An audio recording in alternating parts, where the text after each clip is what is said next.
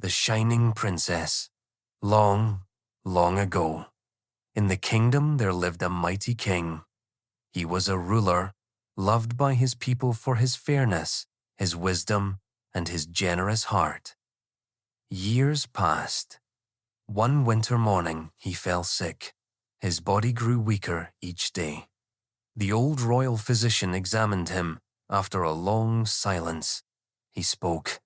"My king, your sickness is not of this world. It is a curse.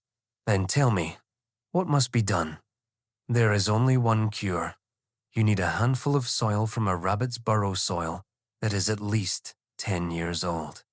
Nothing else in this world can break the curse. But the search will not be easy. The burrow must be found within 3 days, or the curse will win." Prince Samir stepped forward. He was young, strong, and full of fire. "Prince Samir, Father, I will bring you this soil, even if I must ride to the edge of the world. Trust me." The king smiled faintly, pride flickering in his tired eyes. Prince Samir rode into the deep forests. For hours he searched his horse, galloping over thorns, mud, and broken paths. Not a single rabbit appeared. Just as hope began to fade, a white rabbit leapt across his path, its fur glistening like moonlight.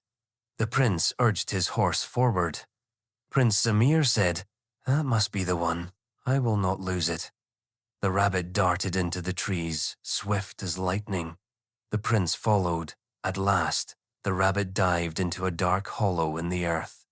But as the prince dismounted and bent near the hole, a terrible roar shook the ground.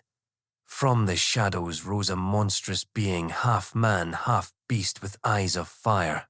"How dare you step into my cave, little prince?"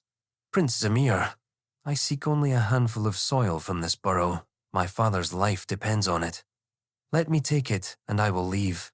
You may punish me later if you wish." "Monster, you dare bargain with me? You will go nowhere." Before the prince could react, the creature struck him down and locked him inside a heavy wooden chest. 2 days and 2 nights passed. Inside the chest, Prince Samir fought despair. He pushed, kicked, shouted, but the walls would not give way. His heart ached for his father. On the second night, when all seemed lost, the chest creaked open.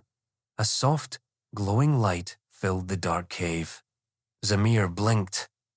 Standing before him was a young woman unlike any he had ever seen.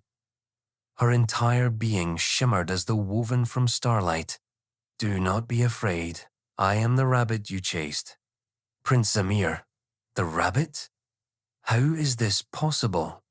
By day, I am cursed to live as a rabbit.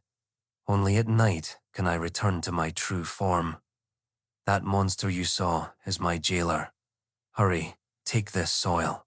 It is 10 years old, just as your father needs. But go quickly before he returns." The girl pressed a small pouch of earth into his hands.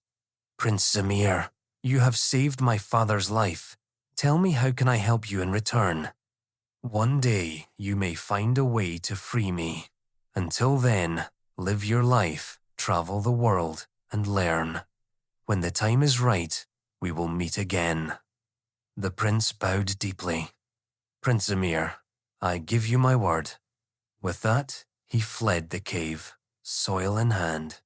When Samir returned, the soil was sprinkled beside the king's bed. At once, the curse lifted.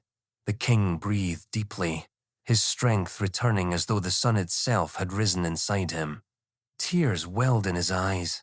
King said, "You have done what even the bravest men could not. But I see there is more on your heart, my son. Prince Samir, Father, the girl who gave me this soil, she is trapped by a curse. I cannot rest until I help her. I wish to leave the palace, travel in disguise, and seek the knowledge to break her chains." The king placed a hand on his shoulder. "Go, my son. May God's blessing be with you. Return only when your heart is at peace." So Prince Samir disguised himself as a poor traveler and wandered far from kingdom. One night, hungry and tired, He reached a riverside inn. There he met an old fisherman mending his nets. "Young man, you seem lost. Will you join me? My work is hard, and I need strong hands." "Prince Zamir, gladly, teach me your trade." Day after day he cast nets, pulled ropes, and learned the ways of the river.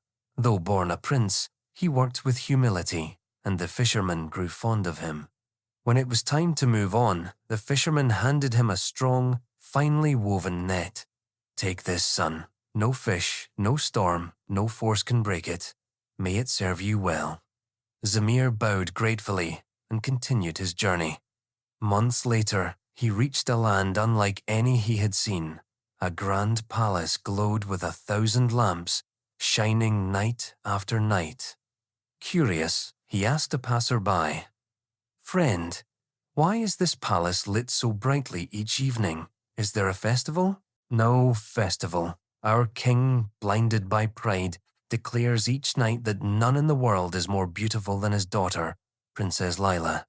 He invites all to prove him wrong, but no one can. The princess herself is weary of this vanity. She longs for the day someone will end her father's boast."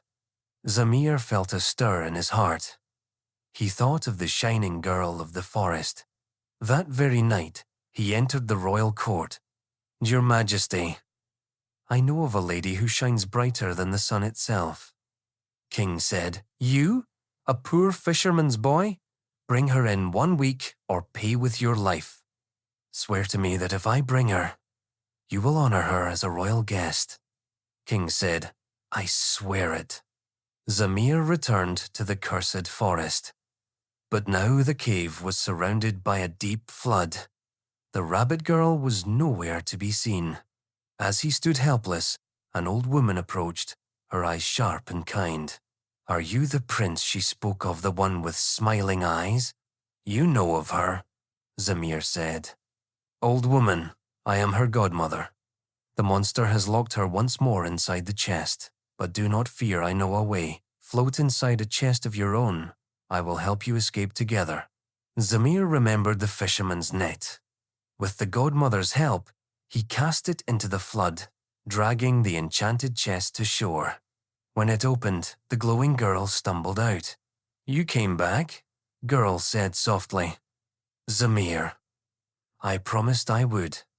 Together, they prepared to face the kingdom of lights. In the great palace, Zamir carried a wooden chest before the king. "King, so, fisherman's boy, is your shining lady hiding inside this box?"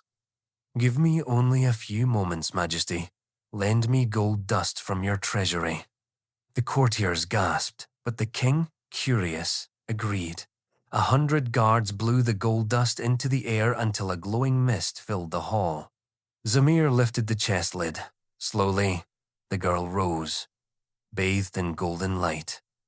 The spell shattered. She stood free, her true form, dazzling and radiant beyond words. The court fell silent. Even the Princess Layla, famed for her beauty, stepped forward in awe. "Princess Lila, father, now do you see? Beauty is not for boasting." The king bowed his head in shame. "King, forgive me, child. Forgive my pride." The shining girl turned to Zamir. "Because of you, I am free at last. My curse is broken." Soon after, Zamir revealed his true identity as the prince. His father welcomed the girl as his own daughter. In time, she and Zamir were married, and their union was celebrated across kingdoms. If you enjoy this story, please like the video and subscribe my channel.